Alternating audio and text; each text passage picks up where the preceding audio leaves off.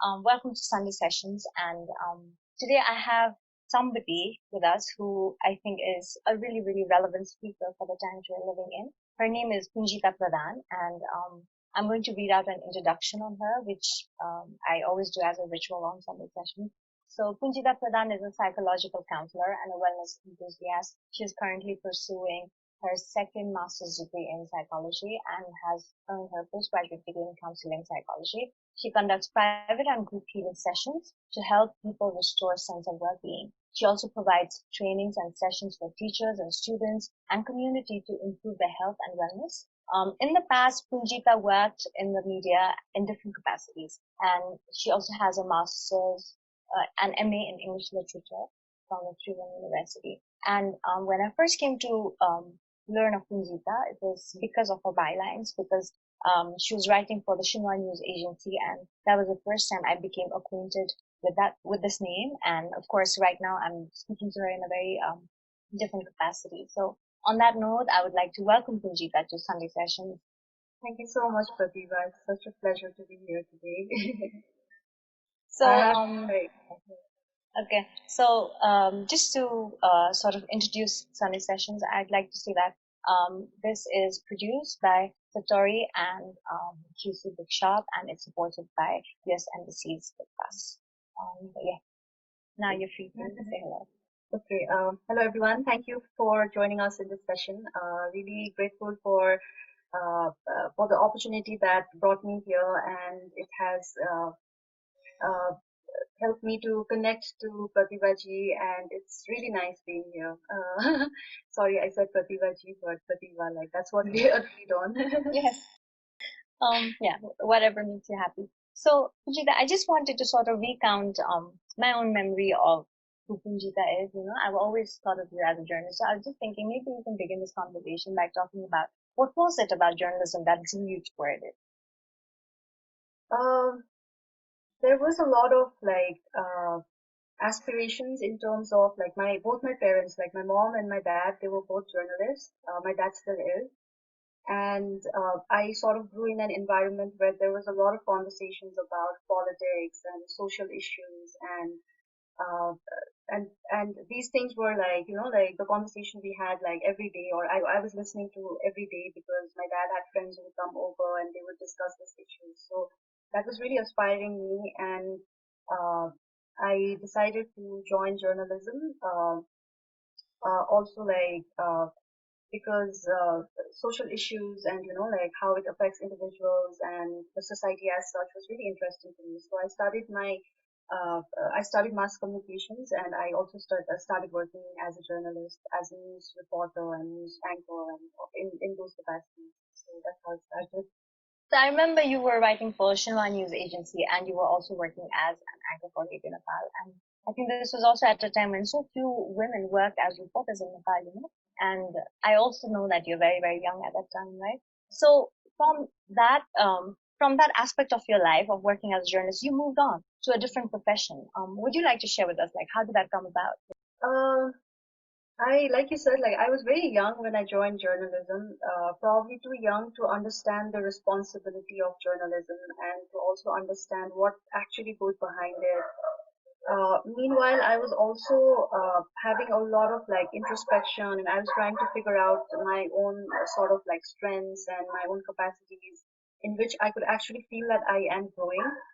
Uh, when I joined journalism, it was a very different scenario. Like social media was not there, and we had to go to work, and there were a lot of like things that were going around in the work area. And being the youngest person in the news, like I used to feel that I am not being able to be competitive enough, and there was a lot of lack of self-esteem, I would say, like when I was working as a journalist.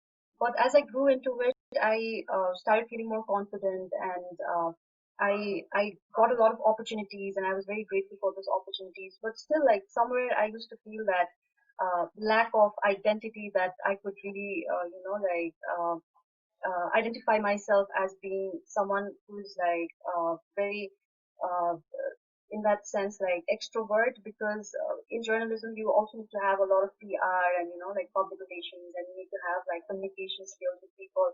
maybe I was a bit of an introvert in that sense, and I was always looking into things that I was more interested in studying, like people's behavior and those sort of things. And I later this whole concept of like not just the concept but the whole phenomena of like sexual violence and sexual abuse and those things were also kind of working in my mind because being in a media like when you are young and you're exposed to so many vulnerabilities around you, and it always made me question like, okay, if we are in the 21st century, like uh, we call ourselves the 21st century girls, but there's so much that we are experiencing in our profession also, and not just in our profession, like in so many areas of life.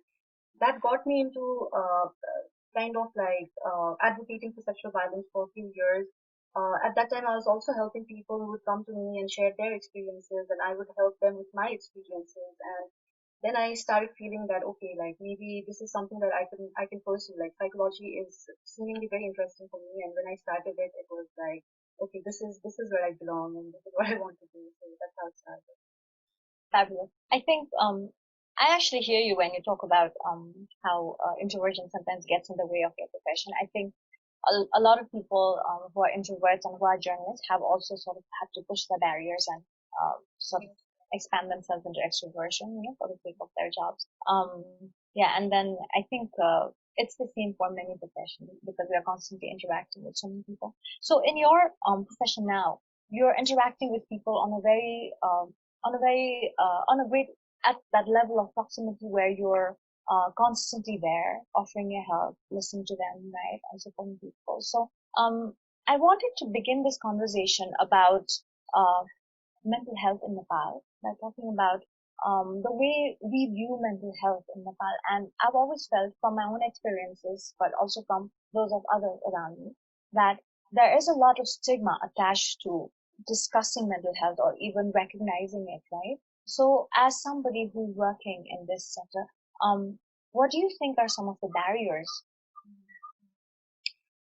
Uh, I think like I feel that there's a lot of conflict that happens in our lives that puts us into a zone of like I mean there's a lot of confusion, there's a lot of frustration. At the same time, the stigma also comes from not being able to understand what it is because our systems are failing, like the systems that we have been following since a very long time, those systems have been failing, and with like a lot of beliefs that we have about ourselves and about this world, and everything is changing at a very rapid speed. Mm. Uh, the whole like I mean we have just started living a digital life like some 20-30 years. This is very new for the entire humanity as such, and there's a lot of isolation that comes with it.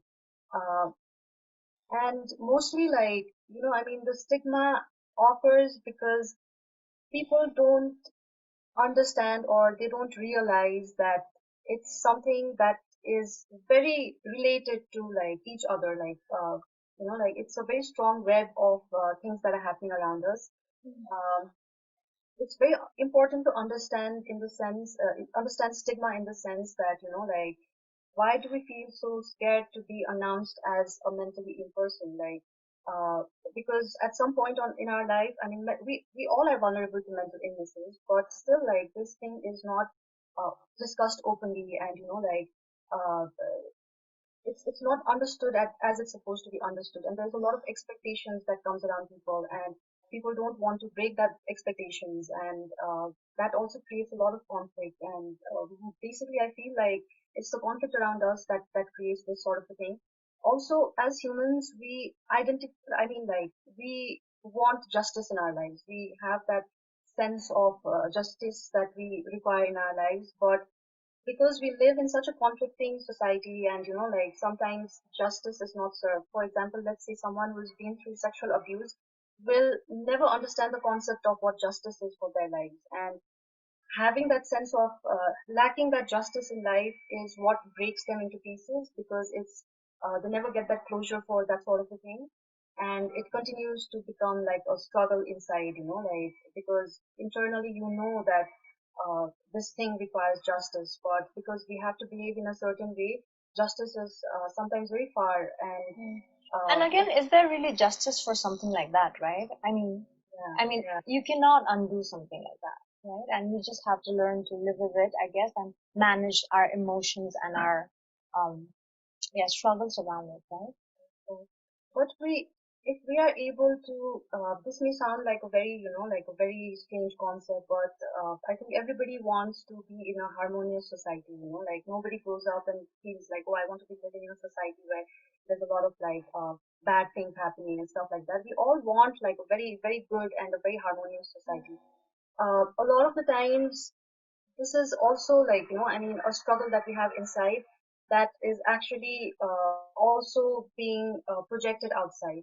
So a lot of the things that's happening outside us is also because like somewhere we personally struggle with all of that ourselves, Mm. and that also leads to a lot of like uh, confusion sometimes, because what is if someone does not understand personal boundaries or healthy boundaries, and if that is the sort of communication that we are having in our society, right? Like having boundaries, you basically means like an imaginary line that defines our unique personality, our unique needs, and our unique desires. But what happens in our society is that we understand, like we it's very that line is very blurred, and we don't know like where it starts and where it ends, and we don't know when to express ourselves, how to express ourselves freely. So I read that sort of brings to my mind the article you have written about this, right? You talk about consent and you talk about how um, it's something that flows into different spheres of our life. It's not just about what you want to eat or drink or how people are treating you in terms of your sexuality, but it's also about whether or not you want to be spoken in a certain way. And consent sort of flows into all of these things, and they're all very tightly linked to mental health, right? Because it is in our everyday interaction with another individual or other person. No? uh, like we live in a society where, not just a society, I think the concept of consent is just emerging to be like a important concept like throughout the world also. So in this sense, like what is consent? It's basically agreeing to someone else's desire, or like somebody else's need for something. uh, but there's so many dynamics because of which like the concept of consent is very misunderstood. So uh, it's something that, consent can be something as simple as yes or no, a defined yes or no. It could be something like, okay, I like tea, so I'll drink tea. Mm. Somebody offers me some tea, then I'll say yes, I'll drink tea. If somebody is offering me tea and I don't like it, then I have the right and I have the choice to say, no, I don't want the tea right now. But because we live in a society where, like we are very scared of hurting other people's feelings, and we have to be very nice, and we have to always present ourselves as a very good human being for others, uh, which is not a bad thing. But when it always becomes about fulfilling someone else's need and not catering to your own needs, then that is how it gets like misunderstood, and how it is not a concept that people can really understand and imply in their lives. Mm.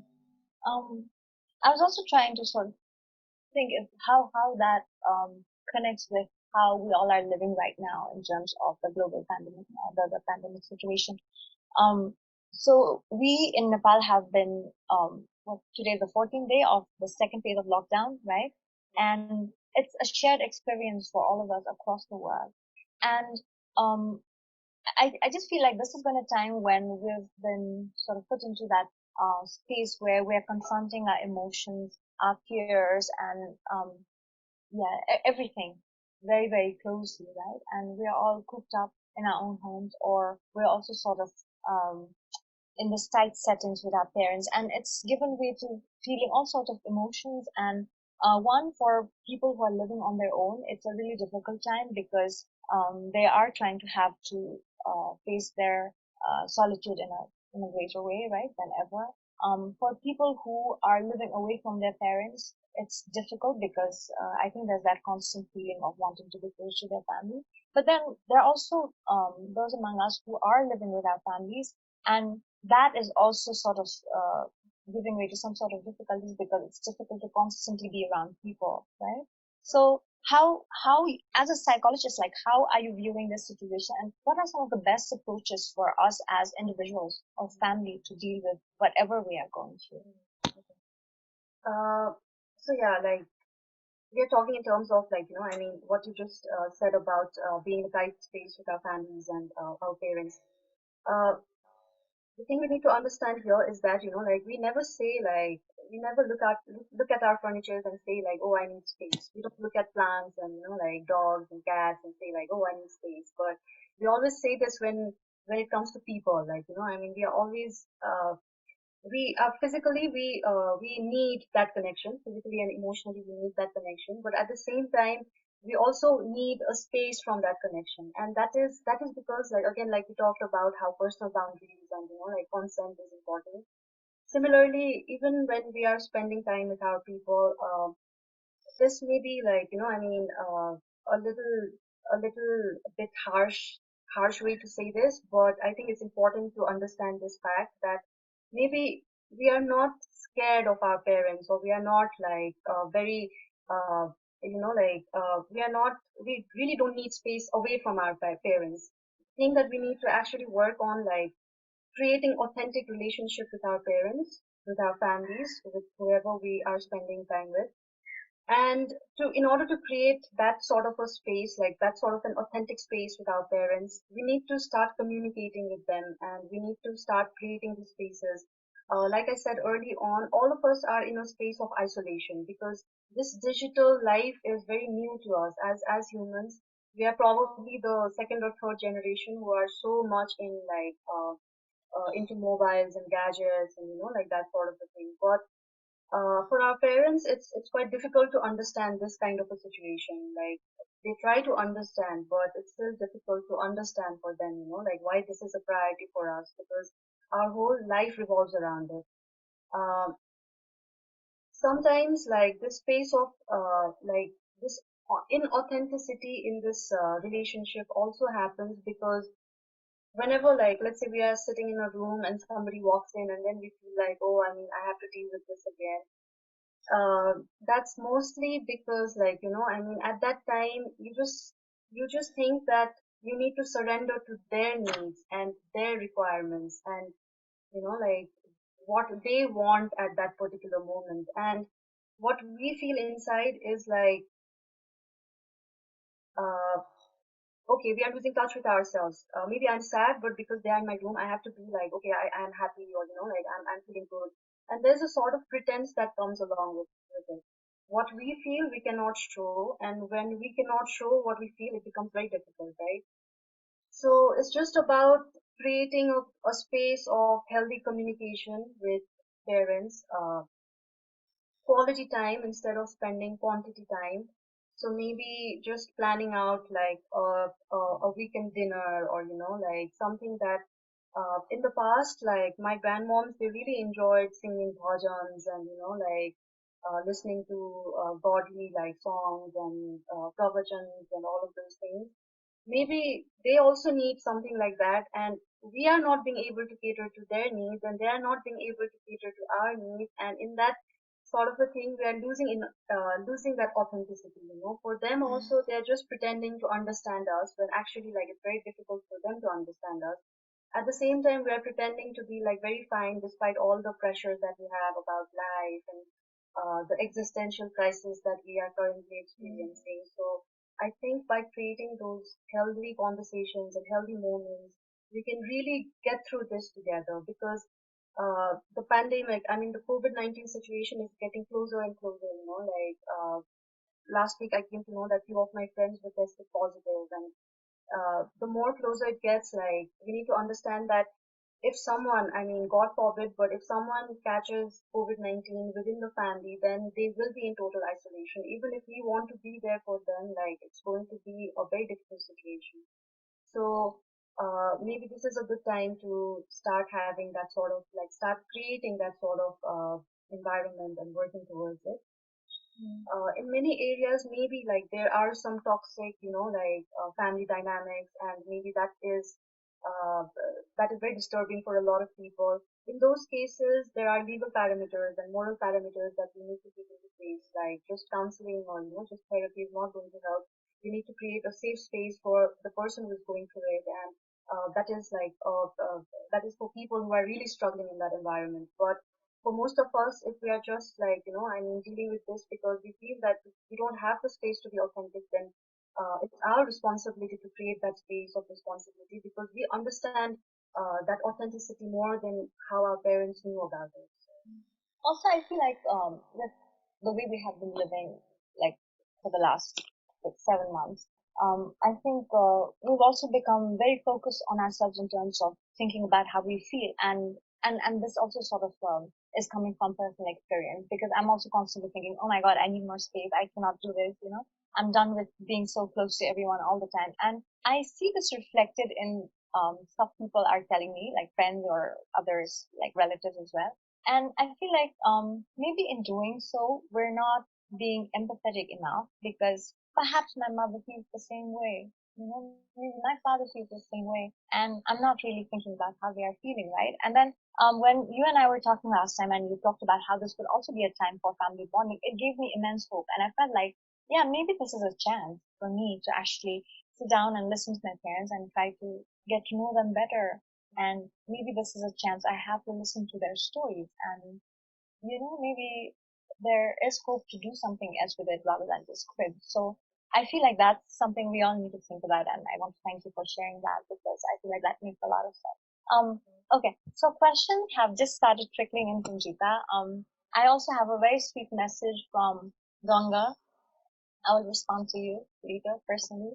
I also have a question from Ayush Rastodoshi, and I think we'll start with this question because it will give our conversation some kind of force as well. So he says, I have seen a lot of psychological counselors, therapists struggle with the savior complex, the very need to protect and save the one in need. Does it frustrate you at times when there is no desired result or when you cannot help someone to cope with the situation? Have you ever gone through something like this? So that's a lot of questions, and you can take your time to answer them one at a time. I mean, Ayush, like this is such a great question that you have put here.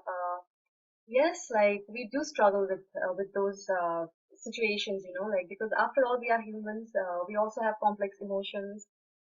When I was young, I was diagnosed of borderline personality disorder, and which also means like emotionally unstable personality disorder. And uh, emotions are to be aware about my emotions is very important for me.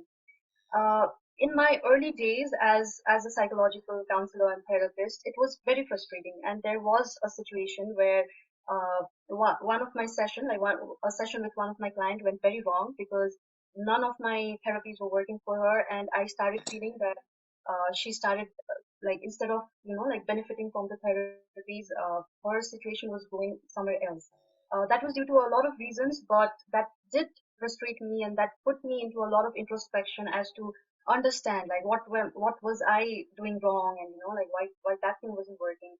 As we continue to work towards it, it becomes like a normal thing because sometimes uh, we get like we have a session arranged with a client and we just get dumped, like the client never shows up and things like that do happen. With time, like as a counselor, I feel like with time all of those things like we learn to manage because even when we are learning about new therapies and we are learning about all these things, subconsciously we are also trying it out, like we are also figuring out for ourselves whether this really works or not. And while doing that, we start to learn these skills and we get better at it. Also, I was reading that article on the New York Times by I cannot remember her name anymore, but and pardon me, I'm getting old and I keep forgetting names. So um yeah, but the article was about, so it was written by a therapist who had actually been through her own suffering and then who had eventually decided to become a therapist, and so she was talking about how she was able to relate to problems that our clients have because of our own experience. So I think when we think of people who are therapists, it's not enough to just think of them as therapists alone, but also as individuals who are coming with their own set of emotions and issues and all kinds of struggles. We're all So much. individuals in that sense, and yeah, I Thanks just so feel much like for saying that. Yeah. because really, isn't it? I feel like because every time I've been to a therapist, I feel like I've also sort of come from a place of empathy for the therapist because there's so much the therapist is doing to put his or her or their time and energy together for you so that you can heal, right? So I feel like I think of this as a way of giving each other healing, right? And yeah, with that, I think I'll sort of move our conversation into the healing arena because we do talk about community healing, right? You're doing some work around it. Would you like to share what work you're doing around community healing, especially at the time of the pandemic? Because you've created communities that support each other. Can you tell us how that works? So I work with my clients, which are like personal sessions, like one-to-one sessions, and then there are community sessions. So what I do is like, uh, in fact, like there are so many people who have so many great stories to share, and like they have experienced so many things in their life. Uh, Not just many people, but I think like all of us have experienced something like very, like groundbreaking in our lives that has really put things into perspective and helped us understand like who we are and what life is all about. So in community sessions, it's mostly about bringing people together and helping them interact, also sharing these skills that can help them to cope with certain situations. So maybe there is a community for people who are diagnosed as borderline personality disorder, or maybe there are people who are experiencing PTSD, which is post-traumatic stress disorder, and so many other things like even depression and anxiety. So it's just about like grouping them and then helping them understand each other, and that sort of brings like a communal feeling because most of the times when people are experiencing these dark emotions and dark feelings, they often tend to think that they are the only one who are going through it. So this is a It's way very of taking people out of their right. isolation zones, right? Yeah, that's a very good way to put it. And that helps them to sort of feel that they are being validated, that their emotions are real, and it's not just coming from being negative or, like from not being a good person or not being good enough and things like that. So that really helps them to understand. And also the skills that we share, like, about journaling and about all the therapies and uh, even during the pandemic, like I keep emphasizing on how we need to take care of our financial aspect of wellness. It means like it's not a time to be investing on very expensive things, or it's not a time to buy unnecessary stuff. It's not a time to indulge in those kind of things. It's rather a time to uh, use the money wisely, use the money that we have wisely. Also, journaling sessions, like how we can journal our thoughts and how we can journal in such a way that we have our priorities. The priorities that we have in our lives uh, can be actually integrated in our everyday life. Like if my priority is to be a healthy person, then how can I integrate that in my everyday life? Maybe I need to drink a lot of water. I need to exercise every day. Maybe I need to eat fruits and vegetables every day. So that is more like the physical side of things. And all of Maybe these also tie into mental health, right? Because when we think of mental health, sometimes we tend to think of it as something that's separate from our physical being, but it's not. It's connected to everything we do in terms of exercise, what we eat, who we interact with, how we interact, right? absolutely. And also, another aspect that I'd like to emphasize on is taking care of our spirit health or the spirituality side of our life. When we talk about spirituality, people think it's mostly about like, the astrology and religion and all those things. But spirituality actually is talking about like how much faith do you have in yourself? How much do you trust this situation that you are in? Faith of like, what's waking you up every day? What is that thing that you get out of bed for every day? So your lifestyle is your spirituality. Your how you spend your day, how you spend each moment of your life, your pursuits, everything is a spirituality, and it's very important to take care of those aspects as well. Uh, Having faith in ourselves, doing exercises, that helps to improve our faith in our life, and those things are also like available, like even on the internet it's available. So you can just do a search on like, faith healing journaling or something like that, and it gives you a lot of questions that you can sit down with and answer to yourself. So these things are also very important because when you have faith in yourself, so faith basically means to trust something entirely. So if we have that faith in ourselves, then that gives us the strength to overcome any difficulties that we are going through, and that is very important. Punjita, tell us more about journaling because this is part of the conversation we had last time, and I really enjoyed having that conversation with you. So I was thinking about how I've been journaling for so many years of my life, and when I was going through them recently, I felt like, why was I writing so much? It doesn't really make sense. I don't know what to do with them anymore. Like, do I just dump them in the bin, or should I burn them down? Or I have no idea whether I should shred them, but what do I do with them? And then I think it was like 2 weeks after that I had this conversation with you, and you talked about how important it is to journal for your mental well-being, right?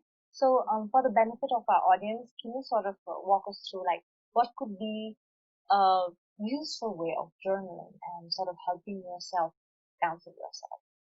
Yes, thank you. So journaling is one of the most underrated form of like therapy that's available to people without the need to use a lot of resources. All you need is a pen and a paper, and all you need to do is just like jot down things on that paper as if you were talking to a friend.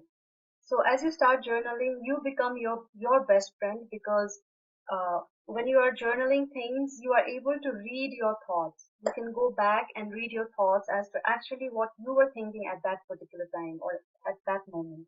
It's a very good way to vent out emotions, like emotions such as anger or like frustration, sadness, any kind of emotions. It's also a good way to understand what we are feeling so that we can express ourselves better. So when we have written down our thoughts, then we actually understand, oh, this is what's happening. Because we have about 60,000 thoughts a day, like maximum 60,000 thoughts a day, like approximately. A lot. And yeah, that's a lot. And it's not in a systematic manner, like because there's always a chain of thought that comes about. Okay, I see a glass, I think something that's related to the glass. That's very subjective to me, but I'll think about something that's related to the glass. And then like in that conversation, again, something will trigger me and then I'll pay my attention. I'll take my thought Your towards stream of that. consciousness. Yeah, yeah. Mm. So in order to streamline the consciousness, journaling will be like a very good way. You can like I mentioned before also, you can be your own therapist through journaling. And a lot of these therapies that are available, such as cognitive behavior therapy, dialectical behavior therapy, narrative therapy, they have a lot of emphasis on journaling because that is one simple way we can really be aware about our thoughts and identify thoughts that are not helping us and be able to find solutions to thoughts that are not helping us. So journaling is great, like everybody should do it. I hope those of you who are watching us right now will start journaling right away. Because I think this is something I'm going to keep doing. I actually just started going back to it after I had that conversation with you last time. So thank you for that. We have a lot of questions and I'm going to start taking them now, okay? So I'm going to take this one first. Sanjana Shrestha, and Sanjana wants to know, among friends, we have discussed mental health issues, especially as mothers, but we also admit it's difficult to actually take that step and seek counseling. How do we make that move? um, if you are just deciding to take up counseling, contact us. You can find a lot of contacts now on the internet also. Wherever you are staying, if you're in Nepal, anywhere in Nepal, we are having online sessions, and a lot of sessions these days from a lot of counselors are online. So you can just look out for some numbers, and whoever you feel comfortable talking to with, you can just go uh, because from like counseling the steps that you're talking about, like difficult to take that step. Counseling is going to support you with that. Counseling is going to support you with that. All you need to do right now is find a counselor if that is what you are seeking for, and just talk to them. Uh, and for the rest, like the counselor will definitely support you with the rest of the things. Uh, if you're talking in terms of like being a mother and not having that time or not being able to just decide and just be there, uh, it does take a lot of courage. It's not something that comes easily, but know that like if you really want to want to come out of the misery that you are currently experiencing, this one step that you will take, just contacting a counselor, is going to really take you very, very, very far. And it will also help you to improve your relationship with your child. So it's going to be a beautiful journey from there on. Thank you, Punjita. Let's move on to this other question from Kavita Limbu, and Kavita wants to know, hi, I just joined in, so don't know if you already covered this issue. I wanted to know what would be the best way to support someone struggling with depression. Are there any do's and don'ts regarding this? Um, Depression is very subjective. It's like maybe for some people, some do's will work. Maybe for some people, the don'ts, maybe the do's may become the don'ts. It's very subjective. It depends on what the person is actually going through. But if you have someone in your life who you think is depressed, uh, it's not a good thing to say, like, I mean, have positive thoughts and think positive thoughts, because that is what they're actually struggling with. A lot of the times we make that mistake, and like, we just plainly say, Think positive, right? yeah, think positive. But people, like, why, I'll also explain the science behind why think positive does not work, because that's like a toxic positivity that they say now these days. It doesn't work because when a person is in a state of depression, there's a lot of physiological aspect to it. There's a lot of things that's happening in the brain and in the body. Especially in the brain, there is this part of the brain called the amygdala. And when we are under depression or stress, the amygdala is in a hyper arousal state, and it controls rest of the mind. And the most important thing to do for them is to deactivate the amygdala. So by, like, creating distractions from the pain that they are experiencing at that moment, we can deactivate the amygdala. Maybe, like, maybe they don't want to talk, but they really need that connection. So we can just say, whenever you are ready to talk. We cannot force them and say, like, I mean, you have to talk to me right now. Like, Yeah. you have to come out of this and talk to me right now. It doesn't work like that, because depression is a lot more than just being sad, or like, being in that gloomy state. It is a very difficult situation. A lot of people, like, if you ask them, like, do you want to be stressed, or do you want to have your legs broken? People will say, like, I want, like, break my leg, but I don't want to go into depression. Like, depression is a very, very, very dark stage that people can experience in their life. So also, like, being a good listener, like, being a good listener in the sense, like, without judging them, because people with depression, they're actually struggling with that idea that people are judging them a lot. So trying not to judge them when they are sharing their ideas. And it's not necessary that you provide advice all the time, like, for everything they share. Just be a good listener. Just express compassion.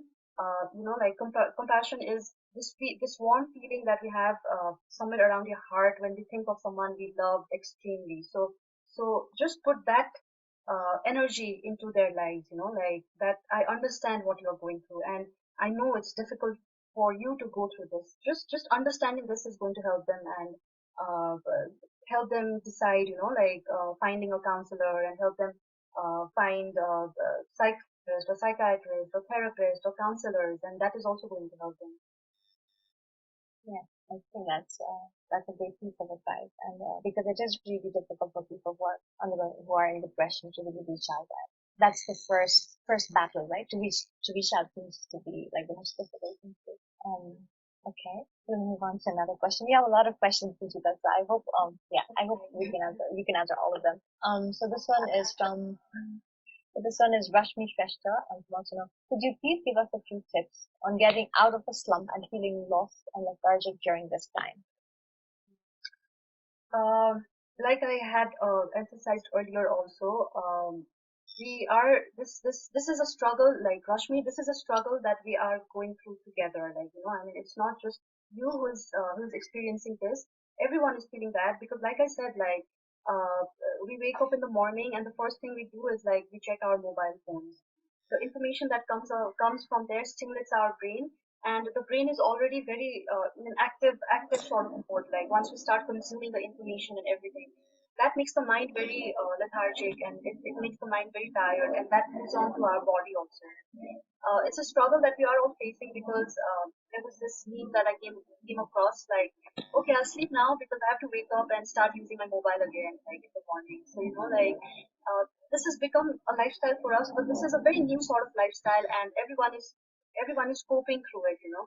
So, best is to, like not doing mindless scrolling on the phone. Like, that's very important way of going about it.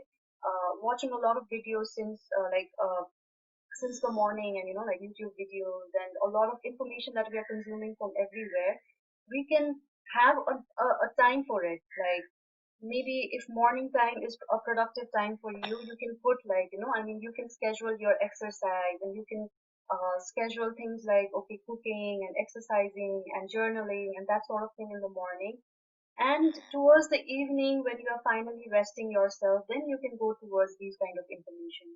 Uh, the lifestyle that we have right now, like with the mobile phones and everything, that is causing us to be very tired because we don't realize it, but our mind gets very tired by the end of the day because we are consuming a lot of information. Also, same with feeling lost because we are consuming so much information that our mind cannot handle at times. So that also brings us to that lethargic stage. Uh, Exercising in the morning is a very good way uh, to overcome that slump. Also, like, some activities that is going to make you feel fresh, like drinking herbal tea after having a meal, after having lunch or something, that is also going to make you feel active. Shower is a very underrated form of therapy. Again, shower is a very underrated sort of like thing that we feel like it's a regular thing, so that sort of a thing. But when showering, we are also massaging our body because we are like, our hand reaches to different parts of our body, and we are also massaging it, and that will make us like fresh, and like, the energy that you need. Drink lots of Especially, water. I think at times like these when um we're thinking of touch so much now, right? Because it seems like the future of touch is sort of bleak now because we're all our isolation has been layered in so many ways. Yeah, so I didn't think of showering as something that would be so useful, but now that you said it, yeah, I think it makes so much sense. Okay. There are a lot of questions, so I feel like I'll have to shelve my own questions for you for later, Punjita, and just go ahead with the question we're receiving here. So Sarita Ghatraj, ECTO, any Now, spiritual teacher or you would recommend, please? uh, there is a question from Naveen. Are you reading that one? Naveen, Mm. hi Naveen. Thank you for your question. Oh, So, okay. No, okay.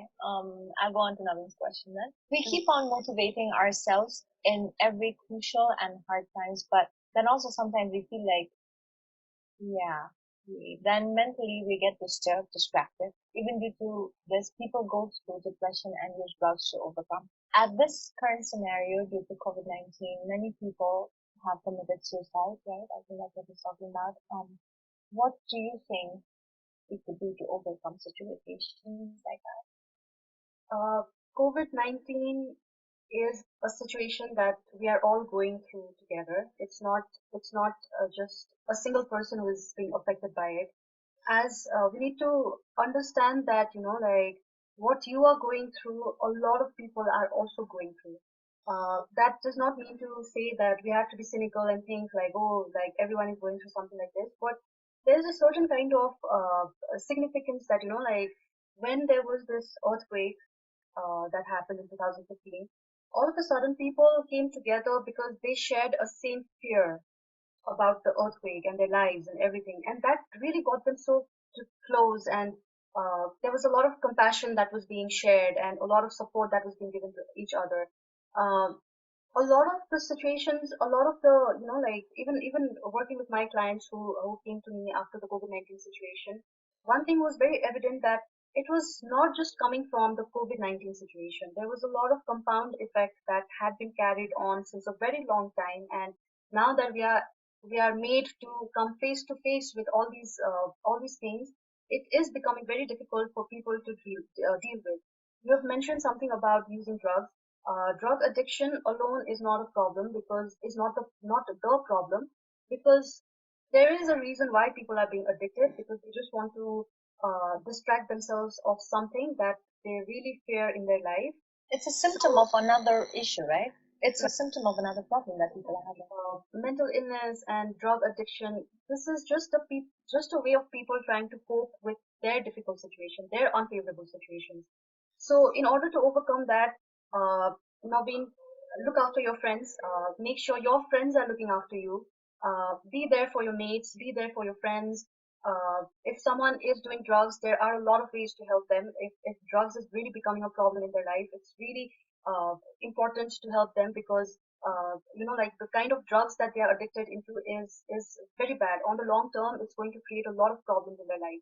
So supporting them and helping them out. I know it's a very difficult situation to confront someone who is addicted to drugs, but there are also a lot of ways that it can be done. Talk to professionals as to how you can help them, and like doing that sort of a thing will be a good way to overcome this situation. And first of all, just understand that we are going through this collectively, and we are going to come out of this collectively. For that, each of us will have to keep our strengths and be there for each other, and make sure that there are people for us too.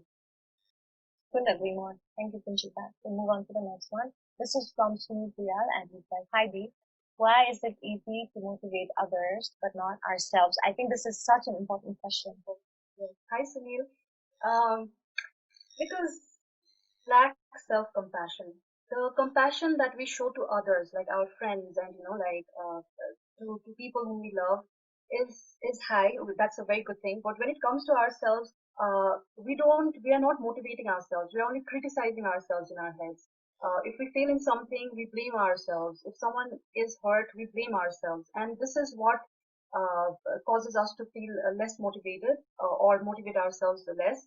Also because we live in our heads 24 hours. That's going to be with us all the time. And if you don't make your mind, your thoughts a beautiful place to live in, then it's very difficult to be motivated, because if you're always thinking about, oh, this is not working in my life, this is not happening in my life, I don't have this in my life, then it's very difficult to get.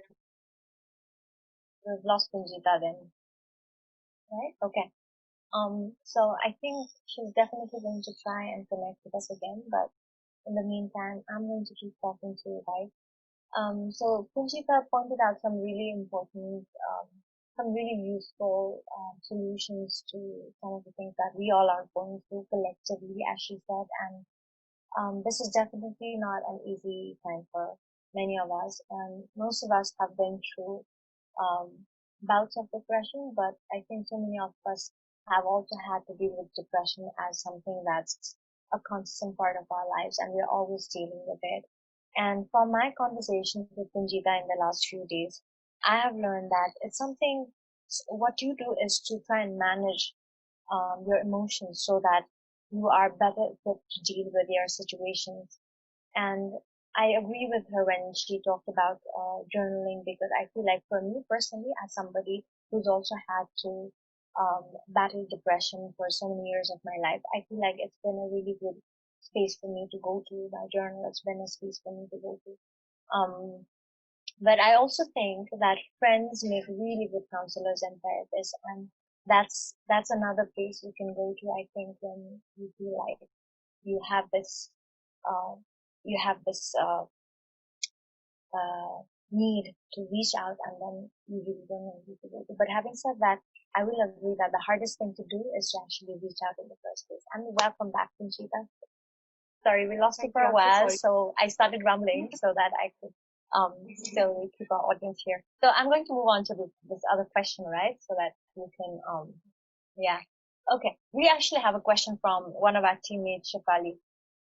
And Shafali says, okay, I think I've lost Punjita again. Are you there? Okay, you're here. So Shafali wants to know, could you talk about learning to respond to triggers in a safe way and not give in to fear and panic for people who have gone through trauma? Thank you so much for the question, Shafali. This is also very important to discuss because, uh, thoughts and triggers are also a process. Uh, it comes in a process, but what we tend to do is we tend to identify with these thoughts and ideas that we have in our mind. Uh, we need to first be mindful or aware about the kind of thoughts that we are experiencing. If there's a thought that is uncomfortable, you will feel uncomfortable and you will behave uncomfortably. If it's a pleasant thought, you will feel pleasant and you will behave pleasantly. So the most important way to deal with this is understanding the triggers. So what happens is our senses uses information from our environment, and it process like the mind processes it after that. After the senses have put the information in the mind processes it. Then the cognition develops, the thoughts develop. Then from those thoughts we develop a feeling, and based on those feelings we behave. We act according to those feelings. If we segment it accordingly, so this is the trigger, this is what happened, uh, this is what I thought, this is what I'm feeling, and this is what I did or I can do about it. So if we can just separate it on these bases, like this, first is what happened, then what did I think, what did I feel, and then what did I do? Or so if we are able to just put it into these four boxes of thoughts, then it becomes very easy for us to understand what happened. Like, some of the times we get very lost when we're experiencing that kind of a trigger or something, because we start identifying and we start thinking that is the all, like that's all, that's about it. But the thing is that it all comes in a processes, and it happens in different parts of our body and different parts of our in different aspects of our lives. So by identifying these different aspects, we can work on them and we can find solutions for whatever is not working. If my behavior is not working, then I can make a plan towards how I can improve my behavior. I can change my behavior. At the same time, if the thought is not working, then we can identify the thought, and then we can think, like we can practice. Okay, if these thoughts come to my mind, these are the thoughts I can replace it with. So by doing so, we are more aware about the actions that we are taking and the behaviors and feelings, and that awareness itself is going to change a lot of things for us. So it's also about doing constant work on yourself, right? It's not just about saying, okay, I'm going through this, so I resign to it. But it's also about putting in the effort to constantly work so that you're trying to replace these thoughts that are not actually helping you with better thoughts so that you can find your way past them. Right? Okay. So, Absolutely, because sorry, go on. no, yeah. Okay. This is like, I think it's it's a mental exercise that we can do for ourselves. Like, if we want a good physique and a healthy physique, we do our physical exercises. So by doing these things, we are also taking care of our mental health. So this is very important. It's like an exercise that we should do every day. Like, it's that important. Okay. Rama Mahajan. Okay. There's also Vinod Popel who says, nice conversation, great advice, thank you. And there's Rama Thank you. Mahajan who says, how well do you think it benefits or harms the people if they keep working, even from home, a lot to divert their mind off the situation we are going through now? Yeah, it's not very healthy to be overworking yourself. Like, Mm. it's not very healthy because our mind is not, uh, our brain is not equipped to be working like 12 hours a day, and or even more than that. Uh, what we need to understand is, like, what are we trying to be distracted from? Like, what is it that we are trying to be distracted from? Is it something that needs my attention? Is it something that I need to work on? Or is it something that uh, I really don't have time to, like, just deal with it? Is that why we are ignoring or trying to distract ourselves from those issues? By understanding that, if there's something that's making you distract away from something, and like just work, then that is definitely not healthy, because after some point we will start to burn out. Like, the energy starts burning out, and again, that has like burnout has its own sort of symptoms and difficulties when you're dealing with it. So what is important is, sometimes it's also very important to deal with your emotions right then and there. Like, whatever you are feeling, it's very important to deal with that. maybe it's coming from a sense of fear, and like fear is very paralyzing, and it can be affecting so many other areas of your life that you are not paying attention to at the moment. But eventually you will experience that burnout, and it is going to be very difficult to like to uh, to bring yourself into that state of wellness. If you are trying to work a lot because of your distractions, make some time for yourself for things that you enjoy. Make some time for music. Make some time for like making that Dolgana coffee or something that was very popular on the I internet. know. Uh, just bringing in that creativity so that like you can enjoy things without like trying to distract yourself away from that thing, and that is very important because that is what is going to bring you healing to the pain that you are avoiding. So self care and enjoying things, making time to enjoy things is also very important. That just made me think that I'm going to try and make some potato chips today because it's been making round of some of my friends' posts on the Instagram. So that's this great tip, and I think that's what I'm going to do to engage myself. Okay, moving on to this other question. This one is Dikesh Mahajan, and Dikesh says, "Nice to hear that. Think positive doesn't work. I do believe the same. But how can we help people who often feel depressed and anger besides seeking a therapist? Any suggestions on handling such people?" That is the most difficult part, even in therapies. Like if clients are not self-referred, and if they are brought because somebody thinks like they need therapy, then they are usually like very difficult to work with. But at the same time, we also need to understand that we can only help so much. We cannot burn ourselves, or we cannot drain ourselves trying to help someone. This is a very important thing because we do love the person that we want to help. Of course, like we do love them, but if they are not ready, then maybe there are other things that is really bothering them. Sometimes people don't want to come to therapy because they feel like, oh, like, there are certain things that I don't want to share with anyone, like not even the therapist. And sometimes people are not comfortable going to therapy because they imagine themselves in a hospital setting, and like there's a big queue like outside the room, and you're waiting for the doctor, feeling miserable and that sort of a thing. And Right there's now also already counseling the is stigma attached to it, right? Of being seen right, outside the therapist room. right. Exactly. So, like this whole situation has also given us the opportunity, because right now my clients are dumping me less because they can just, like log into their computers and see me like through their computers.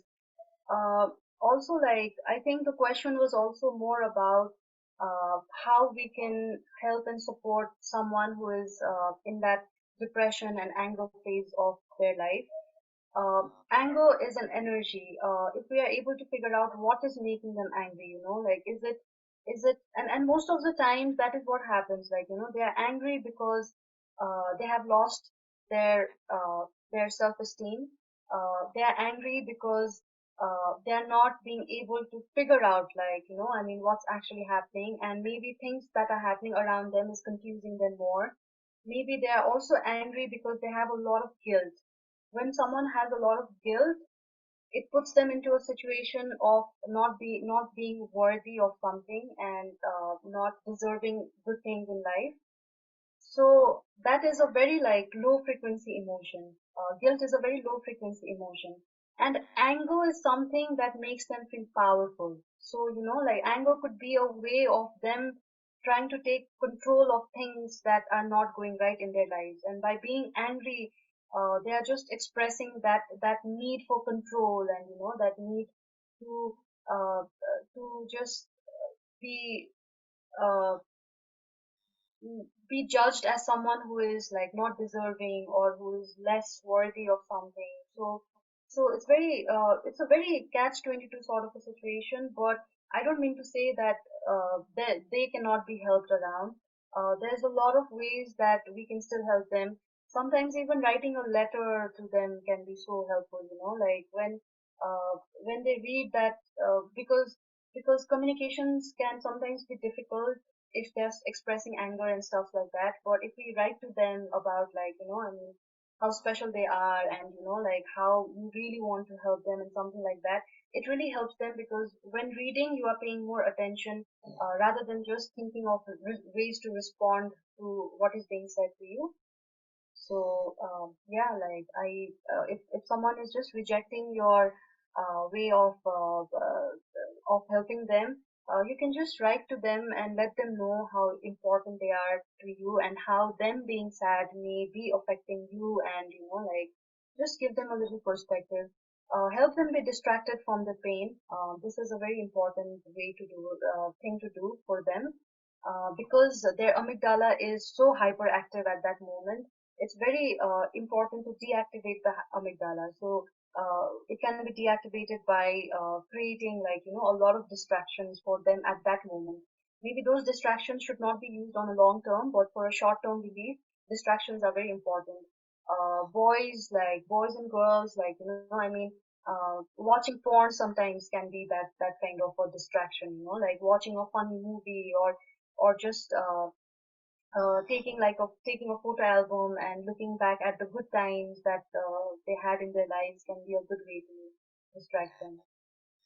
I think it's also the children we need to be thinking of in terms of how to deal with their anger or their frustration at this time, because they're all locked up inside their homes, sometimes being compelled to do these lessons online because that's what the schools have opted to do right now. But there are also households where children do not have access to computers or phones or other forms of entertainment, right? And they cannot play outdoors. So I feel like it's also taking a great toll on children, right? What would you recommend for children? Nandita? Activities, like a lot of activities, I mean, maybe momo making sometimes, and sometimes like things that people can do together instead of being isolated and just mindlessly scrolling across the phone and constantly comparing yourselves to meeting the standards of, like the media or stuff like that. Creating activities for children that they can enjoy, like children enjoy arts, and like they enjoy colors, and they enjoy like creation and creativity and that sort of a thing. So helping them be involved in those kind of activities is very important. This is like something that all of us are struggling with, like not just the children, but even as adults, we are struggling with that. So, creating more time to engage amongst each other rather than being engaged away from each other is very important. Yeah, I think that is one way to do it. And there are lots of ways, like contact me. Yeah, please contact her. And also, Yeah. I just looked at the clock and I realized that we've overshot our 1 hour schedule already. But because we have a lot of questions, may I request you to sort of spend some more time talking to her? Is that okay? Sure, like, I would love Okay, to. great. So I'll read out the next question I have for you here.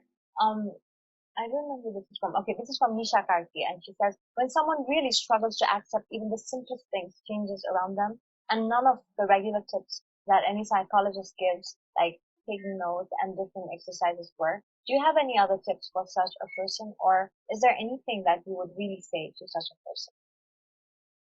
um, it's very interesting. I mean, the way the question has been put is very interesting, and yeah, like, I mean, not just them, but even we sometimes struggle with these kind of phases or situations in our lives. For someone who is really struggling, and like for someone who is really finding it difficult into that zone of, like doing things and following what the therapist has said, or the psychologist has said, it is called a state of apathy, where you don't enjoy things that you are doing, and whatever you do, maybe there's a lot of fear that comes with it.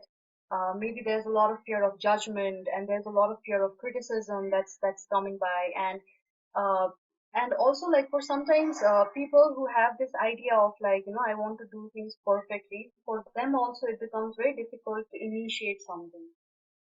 To overcome this state of apathy, we need to understand what motivates us in our lives, and what are our emotional needs.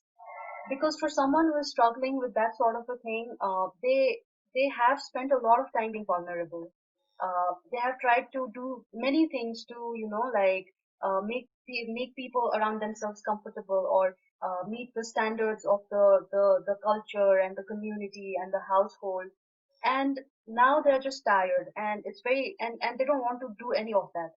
Like, they don't want to try any of that. But like, what is important is, maybe like, oh, writing journal is mundane, but the truth is that you suffering through depression or suffering through something so painful, and not taking up something that is so easily accessible to you, is actually more mundane than, like, thinking that, oh, journaling is mundane, or like exercising is mundane. So it's very important to find that motivation, find that what is it that you need. Like, every day question yourself, what do I need today to make myself feel better? What can I do today to make myself feel better? And when you start feeling better, you will see, like, I mean, people around you also automatically start cherishing it with you. So it will be beautiful, like, if you are just able to do that. Apathy is a very difficult thing to overcome, of course it is, but find the motivation, find what you need, like, what are you needing? What is your need that is not being met? And that is like, no, that is causing you to be demotivated from everything in your life. I think you put it so well. I'm going to go to Aries and the first question. It's difficult to always stay positive, calm, and composed. There are times when you feel really low and just shut yourself in a room and lay down for endless times, which is nowhere helpful. Rather, it gives you more anxiety. How do you think one can overcome the situation and push yourself back up? One thing with, like, uh, us is that, I mean, there's a lot of toxic positivity that's around us. Like, you open the social media and there's a photo which is not related to the caption, but the caption says, like, oh, you have to be positive and you have to be happy and all that sort of thing. But we as humans, we are very vulnerable to these sad moments of our lives. We are vulnerable humans. We are, like, how people say, like, be strong, but humans are not built to be strong like that. Because if you spend some time in a room with a cat, you will know, like, how delicate we are, like, as humans. I mean, we are Shefali actually can very tell you more about this. okay.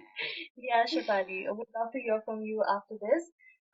So, like, we are very vulnerable humans, but we don't want to accept that side of ourselves. Like, everyone is vulnerable. I cry myself. Like, I wake up with massive anxieties, like, in the morning, and journaling. Like, I mean, when I wake up in the morning and I have a massive anxiety, it's usually because I've had a dream, or there was a subconscious thought that played in my mind when I was asleep. And in the morning, when you have a massive anxiety in the morning, it feels like you are not going to be able to move through the day. Like, it becomes very difficult. Like, the day becomes very long all of a sudden, and you just want to be inside your blanket and you don't want to do anything. So first thing that I do in the morning, if I have such massive anxiety, is I just spill it down. Like, I mean, what happened? Why am I feeling this way? Uh, what made me start feeling this way? Like, was there anything that triggered me? Was it a dream? Dreams are also very important, important way of identifying, like, what's going on in our life. So I do a bit of dream journaling if that is the case. If not, I just spill down.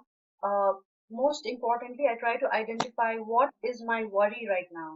Uh, since I am also a student, I'm pursuing my master's in psychology. Sometimes the stress from the college that comes is very stressful. So is it because of that? Am I worried that I'll fail this paper, and like, I'll not be able to meet my deadline? Or am I worried that I don't have enough money right now? What is it that is, like, really bothering me? What is worrying me right now? If we are able to identify the worry, then we are able to solve it, right? Like, then we know what to do about it. So by journaling we can also identify, like, and then make a plan about what I can do to overcome this situation. And uh, and also, again, like I said in the previous question, finding the motivation, what motivates you, like what motivates you in any given particular moment. That is very important. And uh, remember what motivates you. Remembering what motivates you is also very important. Mm. I Yeah, hope I dream answered. journaling. Yeah. I was thinking maybe we can talk more about dream journaling later when we're done with the questions. Yeah, Um, sure. yeah. So Srishti Karki, Sunjita, share some tips on how to be overly sensitive and oversensitive. How not to be overly How not. sensitive. How not to be, yeah. Um, there is nothing wrong about being sensitive. In fact, sensitive people are the most beautiful people I've met, and they really understand emotions more than anyone. Sensitive people are good to be friends with. Uh, and we first we need to understand that there's nothing wrong with being sensitive. Second is, like, sensitivity is not a problem. Sensitivity becomes a problem because we live in an environment where everyone is trying to meet their own needs, and Mm. sometimes when we are sensitive to these things, then maybe our needs are not being met. When you start meeting your needs, like I mentioned, like, I mean, meeting your needs in the sense, like, sometimes, let's say, for example, uh, the need for validation. So I did my term paper and I submitted it to my teacher, but the teacher did not comment on it, or, like, he never said it was good or bad, or maybe he criticized me about it a lot. then uh, then I don't want to go into a space and think. I mean, I will go there. I will be in a space like, oh, like, I mean, why is this happening? Maybe I'll feel angry for some time. Maybe I'll feel frustrated for some time. Know that these feelings are very natural to us. Just because we are angry or we are frustrated does not mean that we don't deserve to be a good person or we are not a good person. And once we overcome that phase and we are calm and now we are able to deal with it, uh, just make out a plan. Like, okay, this is how I dealt with it at that time, but maybe this is also how I can deal with it. Like, this is how I can, next time if something like that comes, maybe this is how I can deal with it. If you're talking about your own emotions, like I said before also, knowing where those emotions are coming from is very important. What are your triggers? You need to understand your triggers. And once you understand the thought, the trigger that created this feeling, then you will be able to work on your emotions better. There's no such thing as overly sensitive or overly emotional. These are all like concepts. I think it's sad that how people who are sensitive are taunted by others in the society, and we often hear people say, like, I've had people tell me, "Oh, you're too soft," and people will also make fun of you if you're an introvert. Sometimes introversion is also being laughed at, right? I think Right. there'll always be these ideas in people that sort of is used against other people to make fun of them, because I think as humans we also tend to be so insensitive toward others all the time. But mm, if there is something I have learned from life, then I think it is this, that we should not be ashamed of who we are, even if we are soft, sensitive, um, yeah, even if we're vulnerable, because there is a beauty in living with vulnerability as well, right? What can be some symptoms if they're really depressed, and what can be the first aid for people in mental stress, and can people fake depression too? Um, yes, people can fake depression, especially, like, I mean, the people who fake depression are basically in some kind of need that they have. Maybe it's the need for attention, or, like something like that. So everybody needs attention. So just give them, no, like, just give them the attention that they need. Also, like, some people say that they are depressed and they are stressed. And was the question about, like, how we can deal with that? Like, was it? I Yeah, I, forgot. I think part it of says this some people say, session. what can be first aid for people who are going through that sort of mental state, for people in mental stress? Okay. Yeah. So, but the symptom that people really show when they are experiencing something like that is isolation. Like they really isolate themselves. Maybe even at homes, we may just see themselves like, I mean, being busy in their mobiles and not having a conversation with anyone, and just isolating themselves. This is a very key symptoms of depression that people often show because they are confused what they're dealing with. They don't know how to express it, and when people start asking, it frustrates them more because they themselves don't understand it. So isolation is a very big issue. Um, Sometimes maybe some of them are trying to reach out for help, like reach out for help, but not in a straight or direct manner. Maybe they are just asking you to let's meet up, or like can we catch up or something like that, because maybe that way they are trying to distract themselves. Uh, there is a thing called psychological first aid for people who may require like that sort of a support during that time. Best is to help them find a counselor or somebody like that. But like a counselor is only there for a certain hour in a day or certain hours in a week or something like that. More importantly, it's to build that community, like even for introvert people or people who are very sensitive, some for any sort of people, like we just need to build a community where they are not judged, they are not advised, or they are not totally like I mean uh, uh, uh, dumped with a lot of advices and a lot of ideas about how they can make their lives better. Sometimes even with these little actions that we do, like just getting food for someone, and these things we have already forgotten because our life has become so different now. But just like taking a plate of momo to your friend, like or something that can really cherish them, can help them. And knowing that, oh, like someone is taking care of my needs is going to put them into a feeling of safety, that okay, I have a safe space in my life, and that is how you can really help them to do those things. Especially for boys, this is very important because we have grown up in a society where boys are not allowed to be emotional, boys are not allowed to express themselves, and boys Right. always have to play like very rough and Mm, tough and true, true. like that sort of a thing. uh, And that's a burden also, right? That's a burden, right? Absolutely right. Right now, I have more male clients than I have female clients. Like, Mm. my number of male clients have increased, and I think like in rest of the world also, like I mean, more and more men are coming up with coming for therapies and sessions and everything. Look up for your mates because it's boys find it really difficult to express themselves. I mean, girls maybe they are to an extent able to share their like thoughts and feelings and things like that, but for men it's very difficult.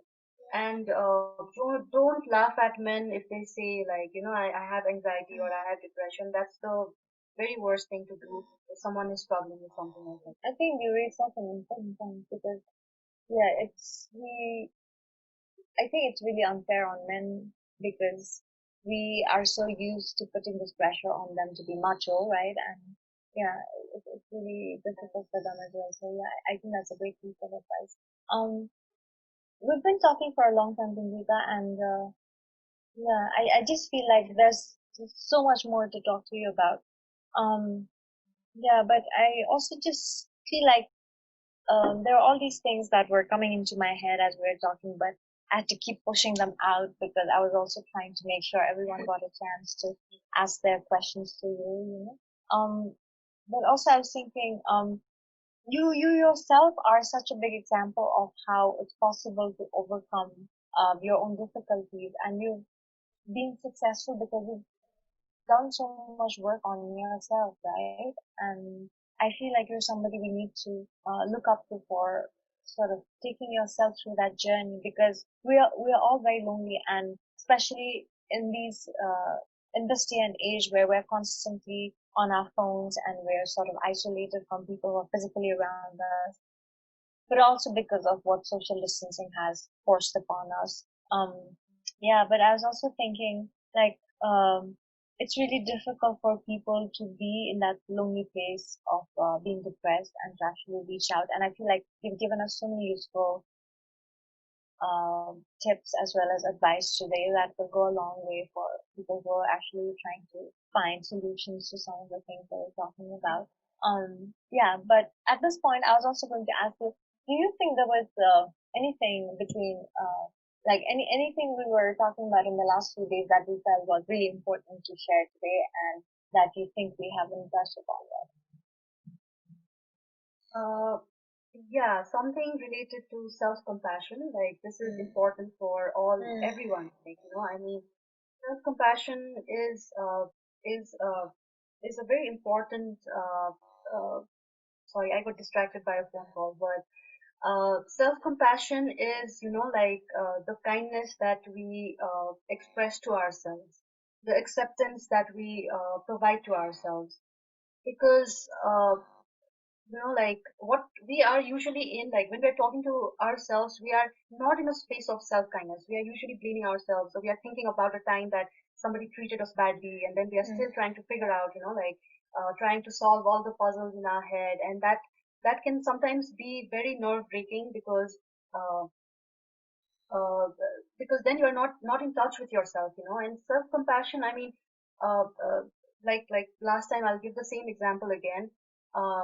One, like after my mom passed away, I used to blame upon myself that maybe I was responsible for what happened to her, and that put me into a lot of guilt and a lot of like in a headspace where I was not being able to accept myself as I am. I was only thinking of myself as a very horrible person with a lot of guilt. And um, then my therapist told me about, I mean, would you blame your dad? And I said, like, no, I would not blame my dad. And then why are you blaming yourself? So this is the idea of what self kindness is, uh, of course we are responsible for certain things, but not everything, because we cannot control how people behave, and we cannot control people's reactions and things like that.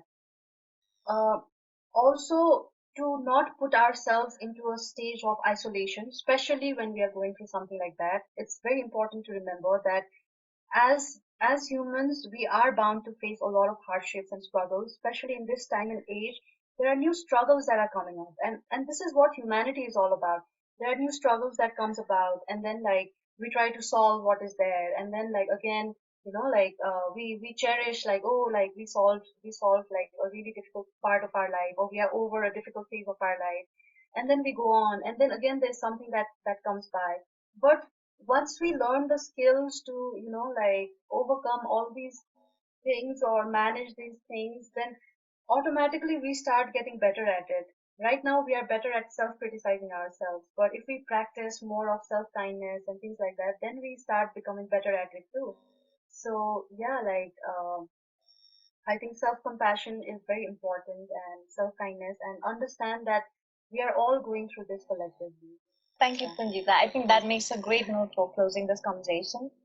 I really, I want to thank you so much for giving us this length of time for this great conversation and for answering so many questions. So on behalf of the Sunday Sessions team, that is Rani, Pranav, Shefali, and Vishal, I thank you for your time and for your thoughtfulness. And it's been such a good conversation.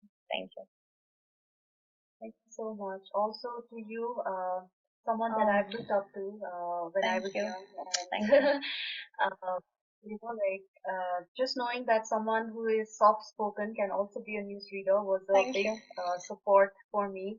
Oh, And also to Shafali, Vishal, and Pranavdai and Subanidhi, I mean, always grateful to you, like the kind of foundations that you have built for people like us to come and share. And this was such a nice conversation. I mean, I really enjoyed it, and this is going to be in my memory for a very, very long time.